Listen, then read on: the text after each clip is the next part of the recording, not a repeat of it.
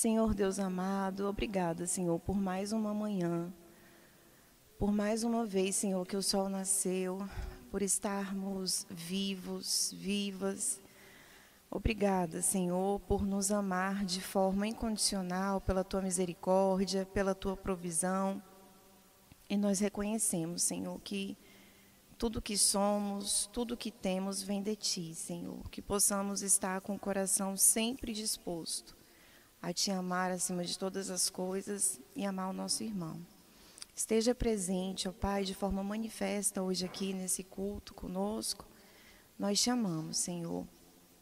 Que a Tua palavra fale conosco em cada classe, no coração de cada uma, Pai. Em nome de Jesus, amém. Bem, pessoal, então hoje nós vamos prosseguir aí e estamos em Êxodo, capítulo 25. Gente, sabe o que eu estava pensando? Já tem um ano que a gente está em Êxodo. Vocês sabiam disso? Eu marquei aqui, a primeira aula de Êxodo foi com a Carla Camila. Eu marquei aqui a data que no momento sumiu, mas eu fiz os cálculos um ano já em Êxodo. E você tem aí adulto.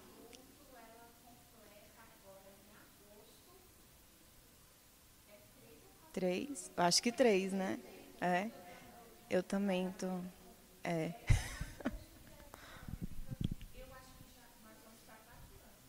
Quatro já? É. Nossa. 5 de maio. A primeira aula de Êxodo, né? 5 de maio. É. Pois é. Então, hoje nós estamos no capítulo 25 e nós vamos ler do versículo 1 até o versículo 9. Êxodo 25, 1 até o 9. E Êxodo vai até o capítulo 40, né? Então, a gente ainda tem uma boa caminhada aí em Êxodo. Vamos lá, eu vou ler aqui rapidinho para vocês, para nós. As ofertas para o tabernáculo. Disse o Senhor a Moisés: diga aos israelitas que me tragam uma oferta. Receba de todo aquele cujo coração o compelir a dar. Estas são as ofertas que deverá receber deles: ouro, prata e bronze, fios de tecidos azul, roxo e vermelho, linho fino, pelos de cabra, peles de carneiro tingidas de vermelho, couro, madeira de acácia, azeite para iluminação, especiarias para o óleo da unção e para o incenso aromático, pedras de ônix e outras pedras preciosas para serem encravadas no colete sacerdotal e no peitoral. E farão um santuário para mim, e eu habitarei no meio deles. Faça tudo como eu lhe mostrar, conforme o modelo do tabernáculo e de cada utensílio. Esse início aqui do capítulo 25, vocês se lembram que estava acontecendo no capítulo 24, né? No capítulo 24, que foi a aula passada, que a Nil deu para a gente, foi a confirmação, a ratificação da aliança. E aí, nesse momento aqui, que o Senhor está falando com Moisés, ele está onde? Lá no Monte Sinai. É aquele momento em que ele fica 40 dias e 40 noites lá no monte, que daqui a pouco vocês sabem o que vai acontecer, né? Isso. Daqui a pouco ele vai descer e o povo vai estar lá, literalmente, na farra do boi, né? Na farra do bezerro. Na farra do bezerro. Mas, enfim, então, esse momento aqui, e nos próximos capítulos, a gente vai observar as instruções do próprio Deus nesse momento lá, que ele está 40 dias e 40 noites nesse monte. Bem, vocês sabem que... Quer dizer, eu não sei se vocês sabem, eu acho que eu já comentei com vocês. Sempre que eu vou preparar a aula, eu preparo com base em um comentário sobre Êxodo, que foi até o Hugo que indicou. Eu esqueci o nome do autor agora. Depois eu dou uma olhada aqui. Eu sempre pego ali o fio por ali, né, para poder preparar a aula. E aí, gente, o nome dessa aula de hoje é Ofertas Voluntárias. Por isso que eu percebi que vocês se atrasaram, que vocês não estavam querendo vir. Só porque o tema hoje é ofertas voluntárias. Enfim. Né? Até eu, minha irmã, atrasei, né? Até eu falei, ai meu Deus, ofertas voluntárias. Logo é sempre a roleta russa é comigo, Cíntia, não é com você, é sempre comigo essa história. Bem, então hoje a gente vai falar sobre o quê? Ofertas voluntárias, né? Foi o que caiu, então é o que a gente vai falar. Mas, antes da gente falar sobre ofertas voluntárias, eu queria fazer aqui um preâmbulo rapidinho, só uma visão rápida e geral, até porque a gente não tem muito tempo. Philip, não é Graham, não? É isso aí. Posta aí no... E aí eu vou fazer aqui uma rápida passagem sobre o tabernáculo. Por quê, pessoal? A gente está no capítulo 25 de Êxodo. Se vocês observarem, até o capítulo 40, sabe qual vai ser a nossa conversa aqui? Tabernáculo. Até o capítulo 40, até o final de Êxodo, domingo após domingo, a gente vai ouvir sobre o quê? Tabernáculo.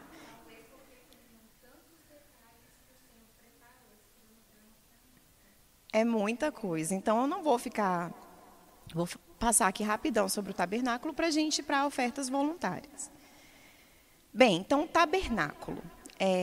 Essa instrução que Deus está dando a Moisés, né, para ele pedir oferta, está pedindo aí para o povo levar uma oferta, e o Senhor vai receber, né, para Moisés receber a oferta daqueles cujo o coração compelir a dar. É uma oferta voluntária. Mas para o quê, gente? Para fazer, né, elaborar, instituir aí o tabernáculo. E o tabernáculo, ele na verdade ele revela verdades espirituais que eram sombra do que viria.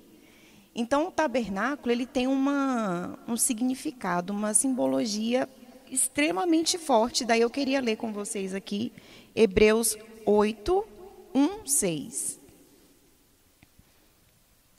Para a gente ver aí que o tabernáculo era uma sombra do que viria, assim como todo o Êxodo, né? Hebreus 8:1-6. Vou ler aqui rapidinho. O sumo sacerdote de uma nova aliança, é o título. O mais importante do que estamos tratando é que temos um sumo sacerdote como esse, o qual se assentou à direita do trono da majestade nos céus e serve no santuário. O tabernáculo é assim chamado também, de santuário. E serve no santuário, no verdadeiro tabernáculo que o Senhor erigiu, e não um homem. Todo sumo sacerdote é constituído para apresentar ofertas e sacrifícios, e por isso era necessário que também este tivesse algo a oferecer. Se ele estivesse na terra, nem seria sumo sacerdote, visto que já existem aqueles que apresentam as ofertas prescritas pela lei.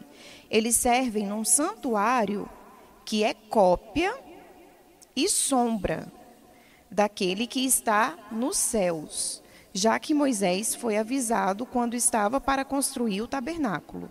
Tenham cuidado de fazer tudo segundo o modelo que lhe foi mostrado no monte. Agora, porém, o ministério que Jesus recebeu é superior ao deles, assim como também a aliança da qual ele é mediador é superior à antiga, sendo baseada em promessas superiores.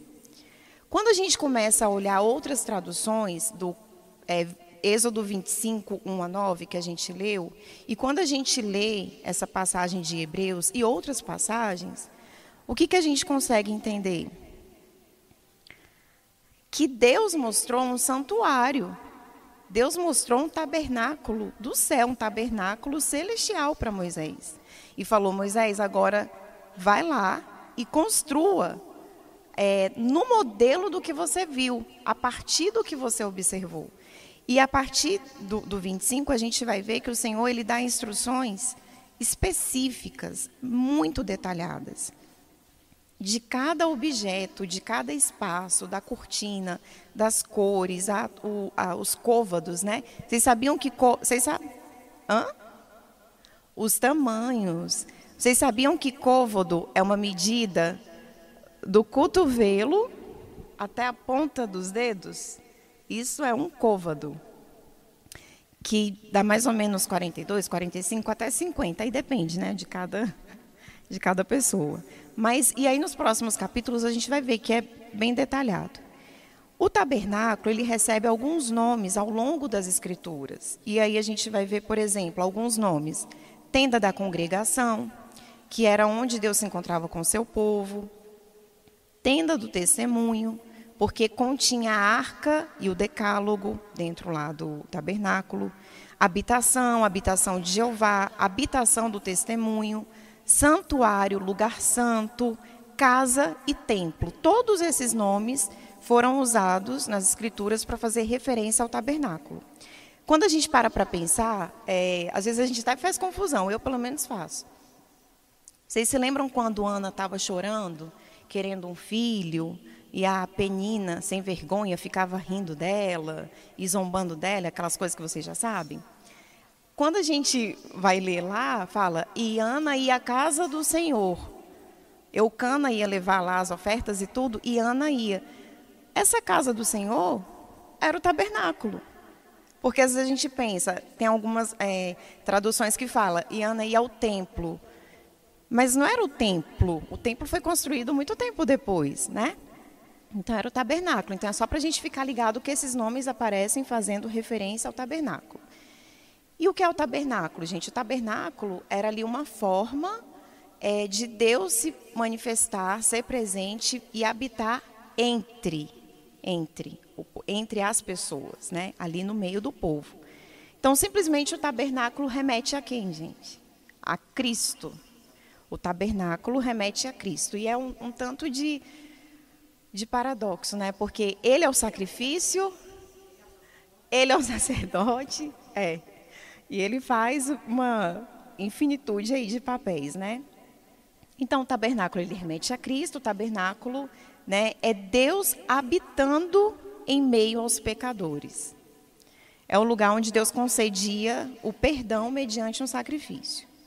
E aí o tabernáculo, a dinâmica do tabernáculo, a gente vai ver tudo isso para frente, né? Como é que funcionava, o que tinha dentro, o que cada coisa significava.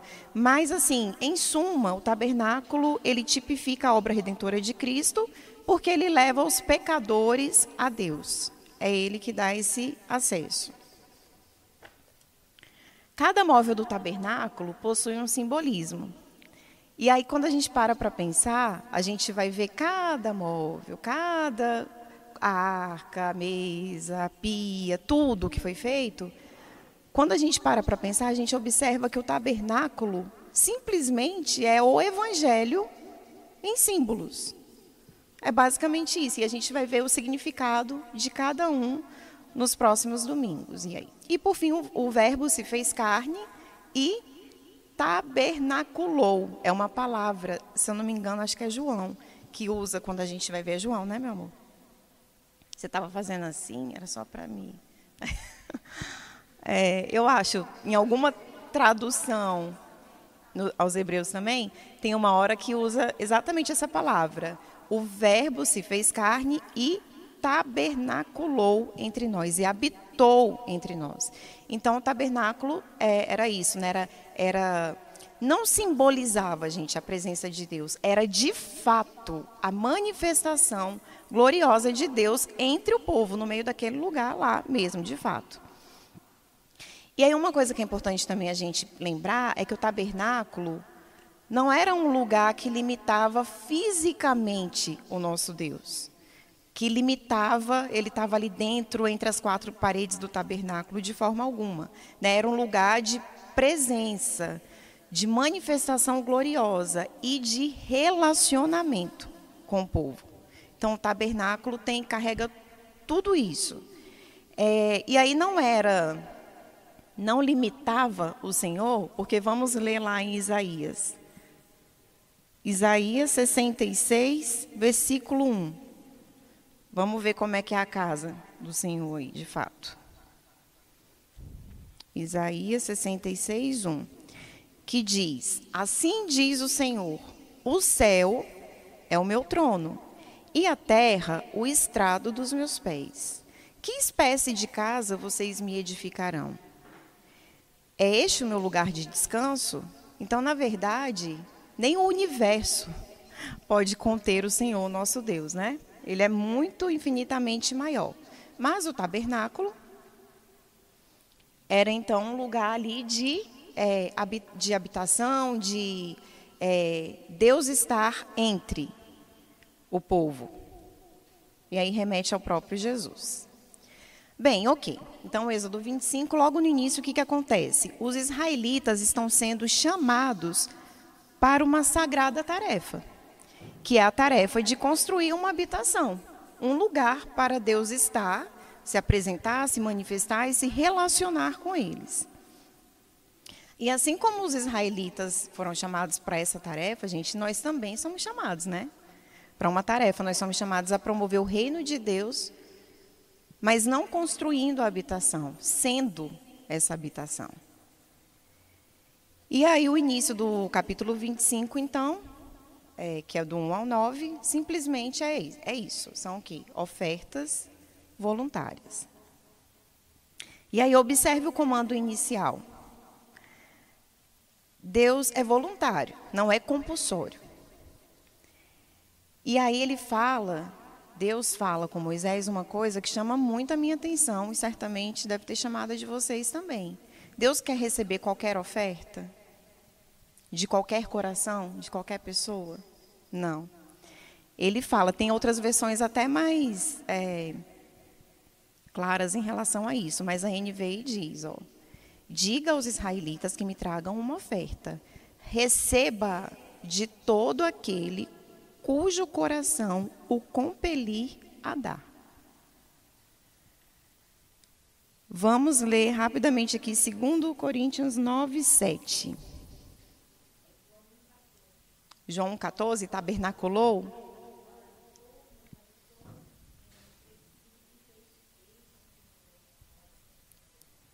João 1,14. Tabernaculou. Obrigada, Sheila. Tabernaculou, gente, é João 1,14.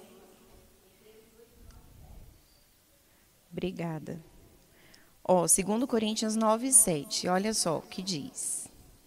Cada um dê conforme determinou em seu coração, não com pesar ou por obrigação, pois Deus ama quem dá com alegria.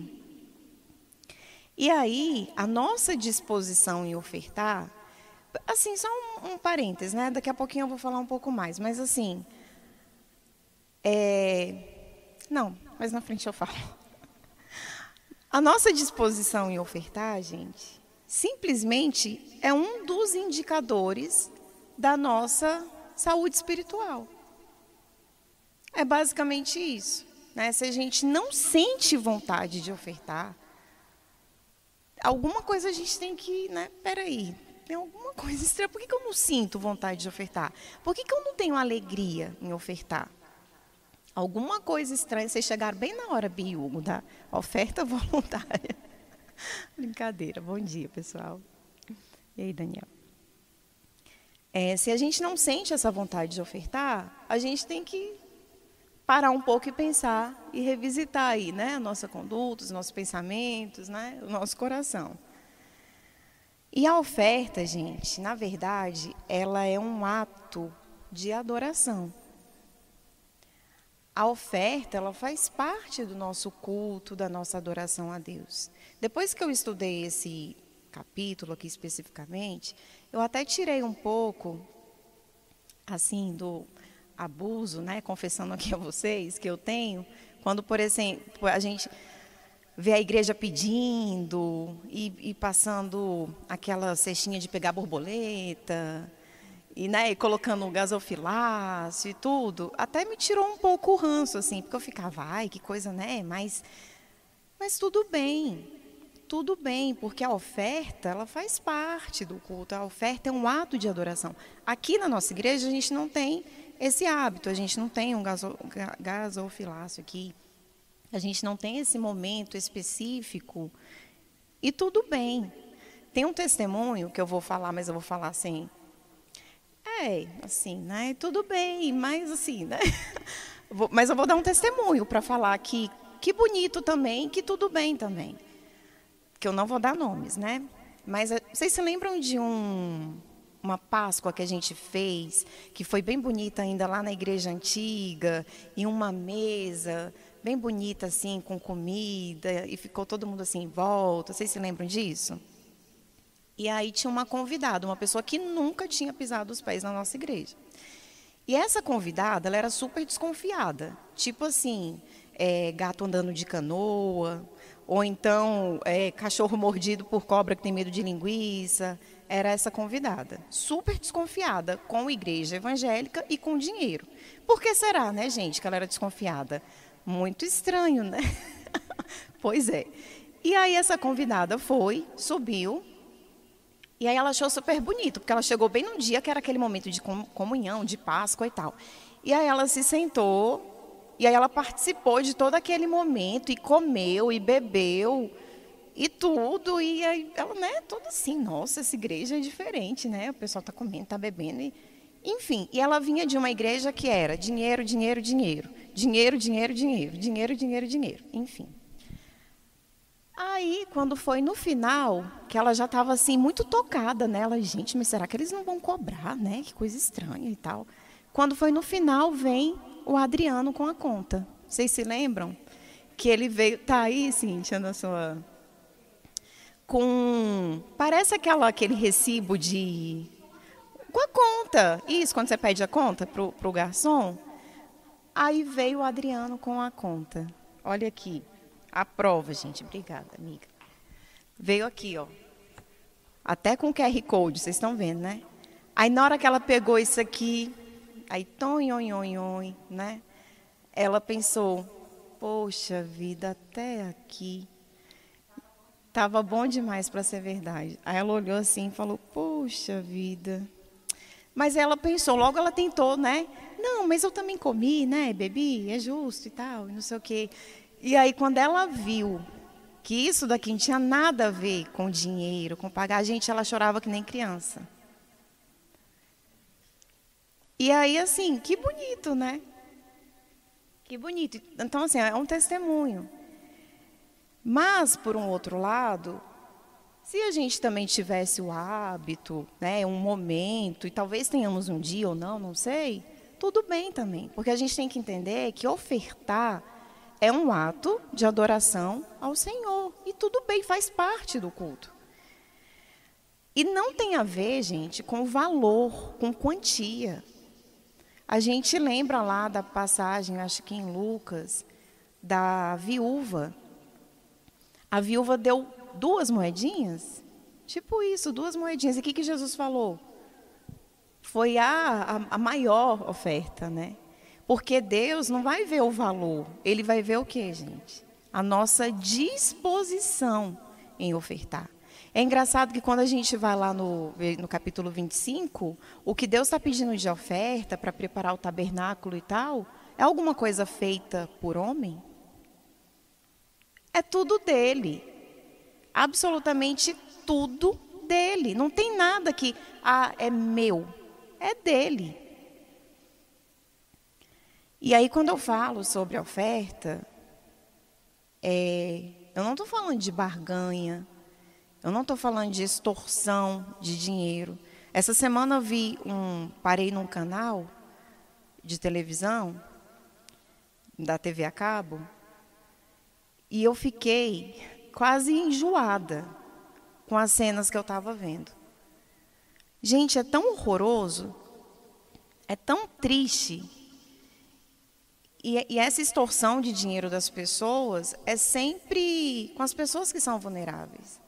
Olha o que o camarada falou. Ficava mostrando os milagres, né?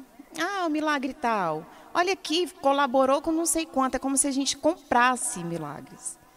olha ali, outro milagre. Ah, ajude você também, com a campanha não sei quantos reais, não sei o quê, nananã. Aí passou um tempo, olha, Deus está me falando que 13 pessoas aqui que estão com parentes presos, imagina o desespero de uma pessoa com parente preso. Vão ser liberados, faça a oferta, ou seja, você paga e aí você recebe um milagre. Você paga e você é curado, você paga. Antes eu tinha temor. Agora, eu não tenho mais, gente. Não, não é. É que o Gustavo falou, não, não é. É outra religião. Não é, não pode ser. Não pode ser o mesmo Deus. Eu não consigo aceitar, eu não consigo acreditar. Eu sei, a gente tem que ter temor, né? Porque a gente fica, mas Deus pode usar ali. Sim, Deus usa um burro, Deus levanta pedra, né? Eu estou aqui com esse microfone, tudo bem, a gente sabe. Mas não consigo, gente, sabe? Olhar e falar que não, às vezes, não é. Não pode vir do Senhor uma atitude dessa, uma ação dessa. É extorsão de dinheiro do vulnerável. E é do vulnerável. Ou do ambicioso, né? Daquela pessoa que está na ambição, você, empresário, não sei o que lá. Eu não sei. Eu fico com pena mais do vulnerável, né? De uma pessoa que está doente, de uma pessoa que está com um parente preso. Mas, enfim. E do que não tem. E no que não tem. E outra coisa, gente, a oferta, a gente levanta do que a gente tem. A oferta é algo que a gente tem. É algo que Deus nos deu e a gente está ofertando. A gente não oferta algo que a gente não tem. Como que você oferta algo que você não tem? Por favor, o Gustavo vai te dar o microfone aí. Tem que falar no microfone. É porque é gravado, Sheila. Aí senão ninguém vai ouvir. Vamos lá. Quando a gente ainda estava lá, no outro endereço ali, eu acho que eu não lembro agora exatamente o tempo, não sei se foi antes ou depois que eu me batizei. Mas como a nossa igreja não tem essa coisa da oferta, não tem essa coisa do envelopinho com dinheiro para você dar o dízimo, eu falo do envelopinho porque na igreja da minha irmã é assim, na assembleia, né? Coloca no envelopinho e coloca ali na frente. Eu não me dei conta, assim, eu fui indo e não me dei conta que eu precisava fazer isso, sabe? E aí, um dia eu conversando com o meu digníssimo marido, aí eu estava falando sobre isso com ele. Ele falou, na sua igreja não tem dízimo, não tem oferta? Falei, Márcio, sabe que eu nunca vi nada, eu preciso ver isso. Aí, perguntei para o pastor Rodrigo, aí o pastor Rodrigo falou, não, tinha um papel assim, né, no mural, com um QR Code ali para o número da conta para poder fazer. Então, foi a partir dali que eu comecei a fazer. E aí, eu sou uma pessoa muito curiosa, eu fui buscar o que na Bíblia fala de dízimo, né? Como a minha Bíblia é uma Bíblia de estudo, então tem as palavrinhas lá no final que você vai procurar e vai te dizendo em qual capítulo que está falando sobre aquela palavra, ou alguma coisa, ou o significado dela. E aí eu fui buscar e eu entendi o que era mesmo o dízimo, que até então eu não tinha muito entendimento de como era isso. Para mim, assim, na minha cabeça, era uma coisa que, a partir do momento que você estava na igreja, você era obrigada a dar, e não de coração. E eu entendi que aquilo dali é de coração. E eu entendi que aquilo não faz falta nenhuma para mim. Eu dou com o maior prazer todo mês. E não faz falta. Que é realmente o que eu entendi quando eu fui buscar o significado disso na Bíblia. Glória a Deus, que bonito. Obrigada, Sheila. Irmãos, em relação assim às ofertas que a gente vem a fazer, eu acho assim que ofertar algo na casa do Senhor é uma adoração que nós fazemos, né? Até porque o nosso Deus é o dono do ouro e da prata, né? Ele não precisa das nossas coisas assim materiais. Ele é o dono do ouro e da prata. Já é Ele que nos dá, que nos concede. Então, quando nós sentimos o desejo de ofertar algo na casa do Senhor, é uma adoração que a gente sente desejo de fazer, de adorar, né? Então, acho assim, muito legal a gente sentir o desejo de ofertar, às vezes trazer um jarro bonito, até, né? De repente, traz um jarro bonito, né? Traz um lanche gostoso para a escola dominical. É uma maneira de adorarmos o Senhor, porque todas as coisas Ele que nos concede, né? É isso.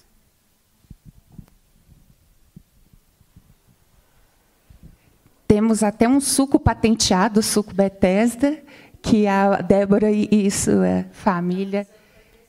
Oh, glória! Ele é sazonal porque ele é orgânico. Eu queria trazer também, porque nós estamos aqui, para queimar todo mundo no altar, né? Então, eu, como pastora da igreja, mas não a pastora dirigente, esposa do pastor dirigente, eu quero trazer um contraponto a isso. Tadinho, lá vai eu tacar o meu marido no ventilador. Tão traumatizado de tudo isso que você falou, Adri, ele foi para um extremo oposto.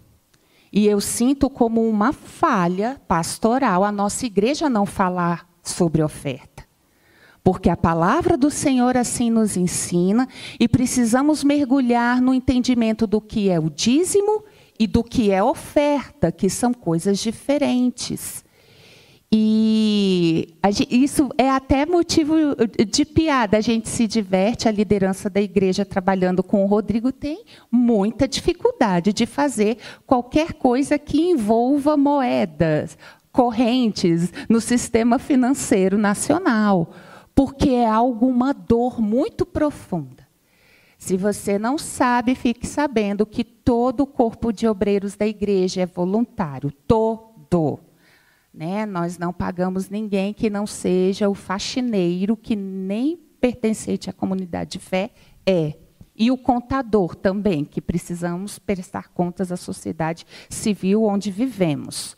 Só. E ore por isso. Sabe, olha, a gente fala, brinca, e ele vai, é renitente, mas a gente precisa ensinar. Eu louvo a Deus pelas professoras, das crianças, que quando se lembram, fazem esse momento da oferta entre as crianças, porque elas precisam aprender, tanto quanto os adultos, o que é. E, meus amados, nós vamos chegar em Levíticos.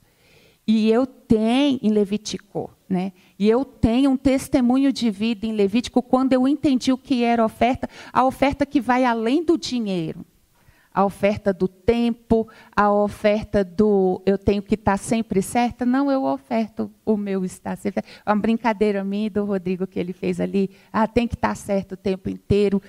A coisa é muito mais profunda. A gente cava fundo e vem ensino para nós em todo o tempo.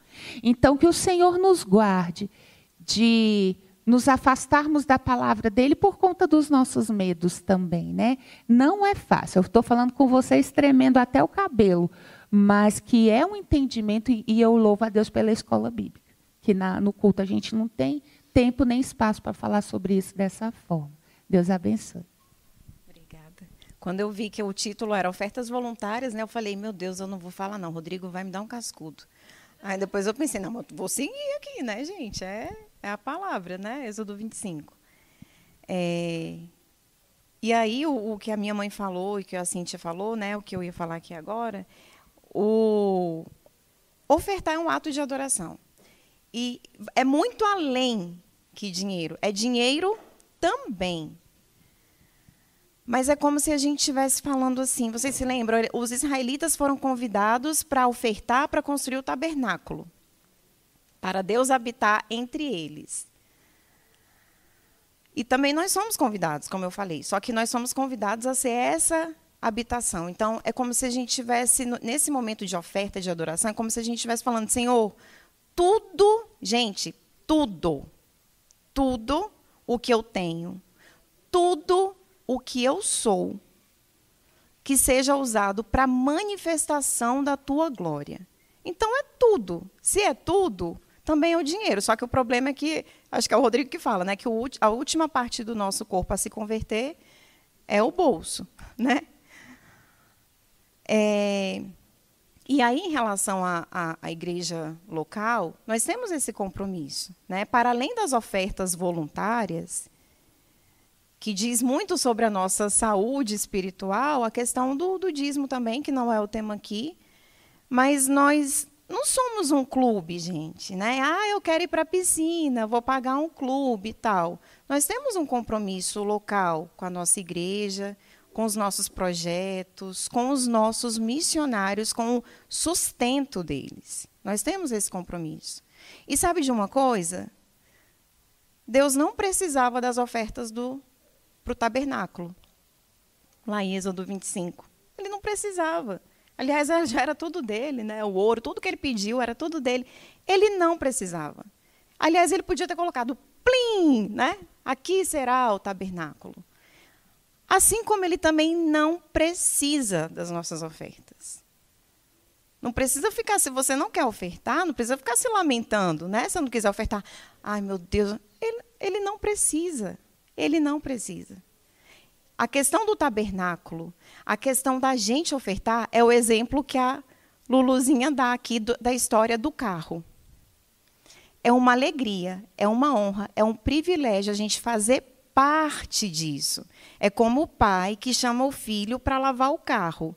Vai ficar bom, gente, o menino lavando o carro? Só as rodas e olhe lá. Não vai, gente, mas ele dá essa alegria da gente fazer parte desse reino. A alegria e o privilégio de participar, de falar, eu estou participando, eu estou me alegrando, eu estou construindo. É isso, é para ser felicidade, não é para ser dor, não é para ser, meu Deus, um peso. Não é para ser isso. Cooperadores de Deus, é isso. Então é para ser feliz, é para ser alegre, é para ser uma honra. Se não está sendo, a gente precisa buscar em Deus, orar, revisitar.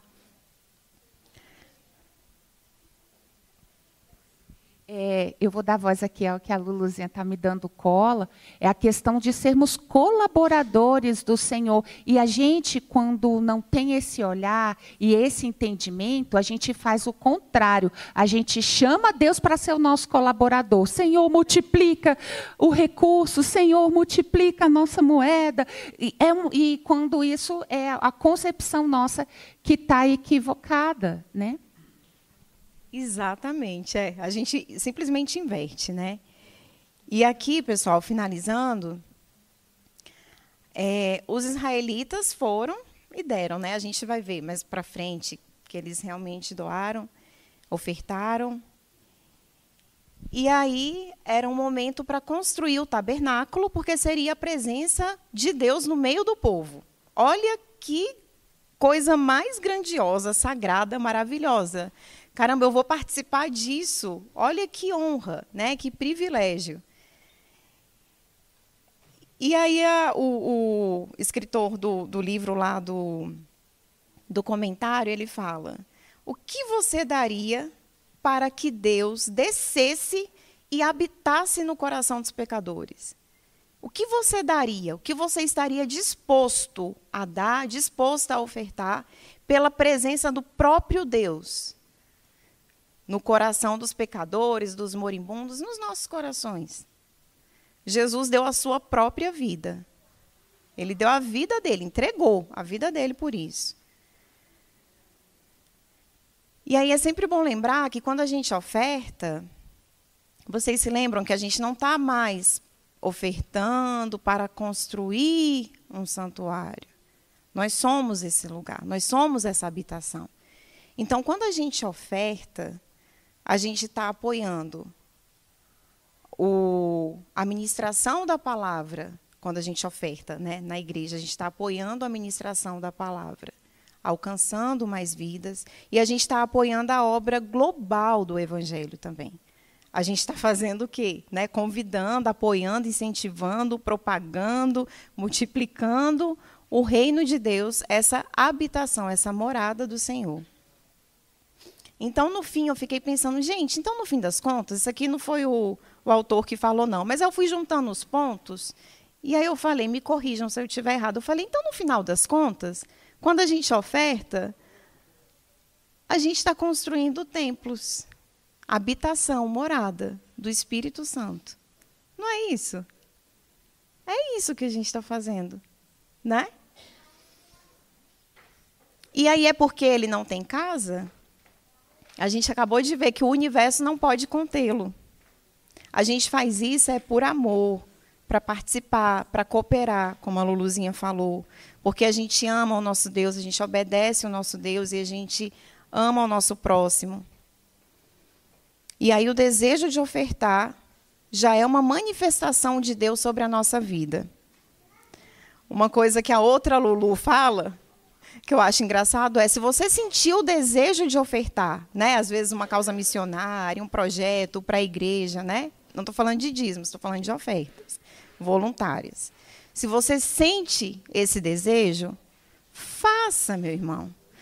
Porque tenha certeza que não é o diabo que está colocando no seu coração o desejo de dar uma oferta. Não é o diabo. Tenha certeza disso. Então, se você sente o desejo, não impeça, oferte. E aí a minha oração é para que tudo, né? Tudo que eu tenho, que eu sou, e para que tudo que nós temos e que nós somos, seja realmente, de fato, utilizado para honrar, glorificar e adorar o nosso Deus. Absolutamente tudo, tudo. Os nossos dons, os nossos talentos, o nosso tempo, os nossos recursos, absolutamente tudo. E aí eu vou ler rapidinho aqui Salmo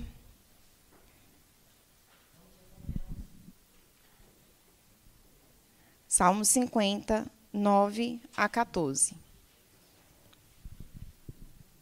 Deus falando o seguinte: não tenho necessidade de nenhum novilho dos seus estábulos, nem dos bodes dos seus currais, pois todos os animais da floresta são meus, como são as cabeças de gado, aos milhares nas colinas. Conheço todas as aves dos montes e cuido das criaturas do campo. Se eu tivesse fome, precisaria dizer a você? Pois o mundo é meu e tudo que nele existe. Acaso como carne de touros ou bebo sangue de bodes? Ofereça a Deus em sacrifício a sua gratidão. Cumpra os seus votos para com o Altíssimo. É isso, minha gente. Que o desejo de ofertar seja uma manifestação do próprio Deus na nossa vida. De fato é, né? E que essa seja a nossa oração, que a gente tenha esse coração disposto a ofertar absolutamente tudo que somos e que temos. Amém? Eu lembrei, até pedi o microfone para o Gustavo, porque eu tenho um testemunho reverso sobre oferta.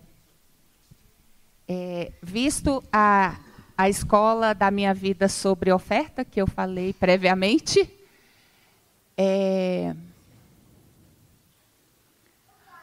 há mais de 4 anos, eu fui aposentada por motivo de saúde e a minha renda ela praticamente passou a inexistir, caiu muito. E eu não falo sobre isso, mas eu acho que o tema ele é propício. A gente precisamos buscar no Senhor entender a dinâmica do dinheiro, como nós falamos aqui sobre oferta. E também de perceber o movimento de Deus quando a gente precisa receber oferta.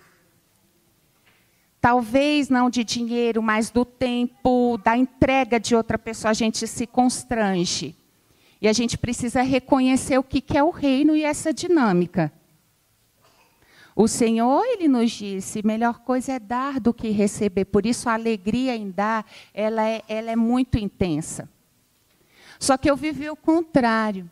E isso me trouxe um grande ensino. E entre tantos ensinos que eu tenho recebido, eu, de vez em quando, menos do que eu gostaria, quando o Hugo traz essa dor, eu sinto junto com ele de estar mais tempo com os idosos da nossa família, visitar e dar atenção a pai, mãe, aos tios idosos. No meu caso, a minha avó, de 96 anos.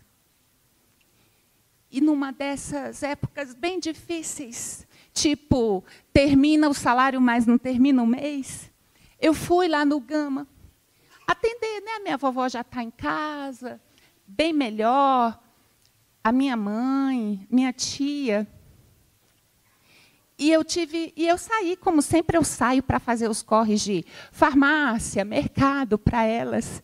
E isso foi a minha vida inteira, desde os 16 anos eu trabalho, e a minha alegria era chegar na mesa da minha avó com um monte de sacola de compra, de comida, de remédio, e entregar lá e voltar para o plano correndo para trabalhar. E esse dia eu cheguei de mãos vazias, mal tinha o da gasolina para chegar lá no Gama, e fui, abracei, beijei, consegui fazer um almocinho, lavar o banheiro para elas. E aí a minha mãe falou, filha, precisa ir ao mercado. E como me doeu que eu não tinha o dinheiro para ir ao mercado para elas. E a minha mãe, pá, dinheiro na minha mão. Naquele dia eu chorei sentida, porque eu falei, Senhor, eu depender da minha mãe para fazer compra, para elas que têm uma vida tão simples, tão restrita.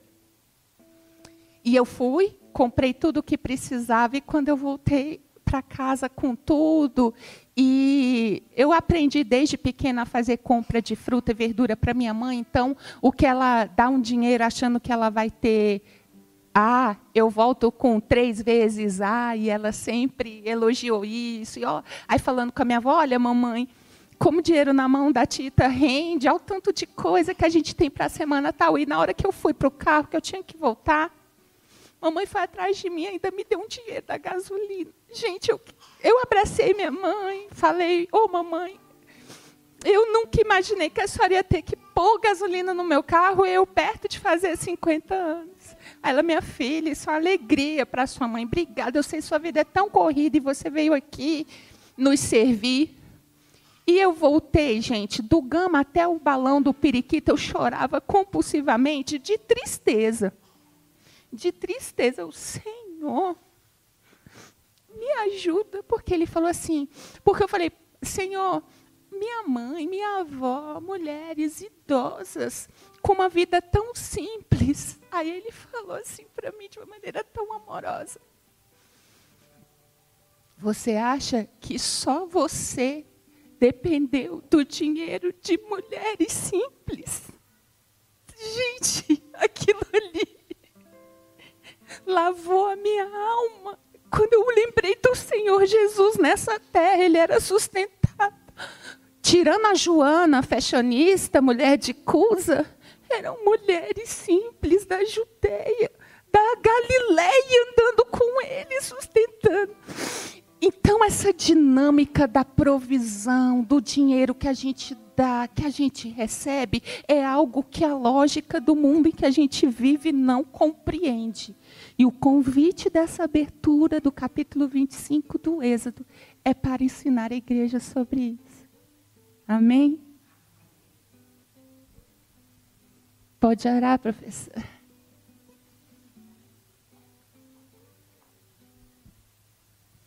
Senhor Deus, amado Pai, obrigada, Senhor. Obrigada pela oportunidade que o Senhor nos dá de cooperar com a Tua obra, Senhor, porque a obra é Tua, o reino é Teu. Obrigada, Deus. Obrigada. Senhor, muda e molda o nosso coração conforme o Teu querer. Que tenhamos alegria, disposição, Senhor, em servir, em doar, em ofertar. Que nós possamos Te adorar com tudo, Senhor, com tudo que o Senhor tem nos dado, porque tudo é Teu, Senhor. nada é nosso. Nos dê discernimento, nos dê sabedoria, ó Pai. Nos dê sensibilidade, que a gente não seja indiferente com a situação ao nosso redor, Senhor. Nós queremos nos relacionar contigo de forma profunda e intensa.